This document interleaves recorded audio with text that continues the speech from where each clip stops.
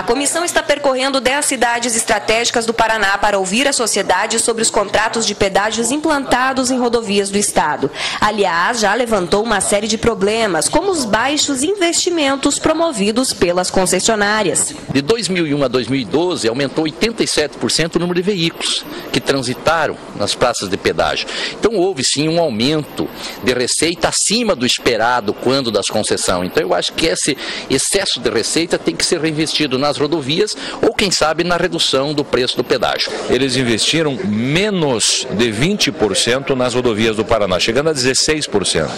Eles nos devem mais ou menos 10 bilhões em obras. O Tribunal de Contas já constatou nesse trecho de Foz do Iguaçu até Guarapuava o não investimento de 300 milhões de reais nesse trecho. Aliás, especificamente na região, os deputados adiantaram que logo a duplicação entre Medianeira e Matelândia vai doer no bolso.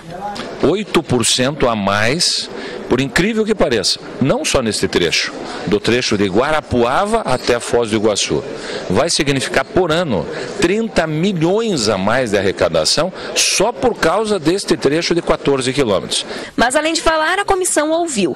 O prefeito de Foz, por exemplo, falou dos prejuízos que o pedágio traz para o desenvolvimento da cidade.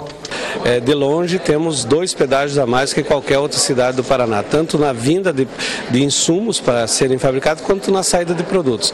Isso tem, logicamente, afastado a atração de alguns investimentos, tendo em vista que isso é computado no custo dessas mercadorias. O procurador da República, Hercias, também se manifestou.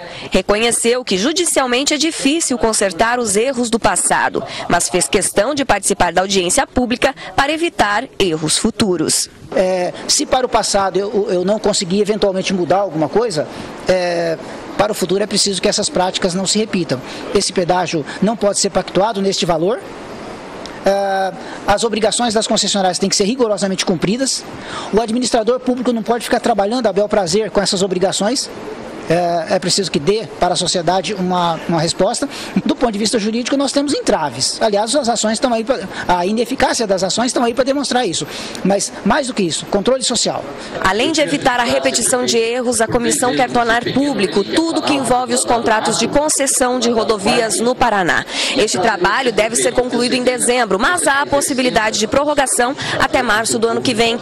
Logo mais, às 5 horas da tarde, evento semelhante será realizado na Câmara de Vereadores, em Cascavel. De Foz do Iguaçu, Kátia Sena.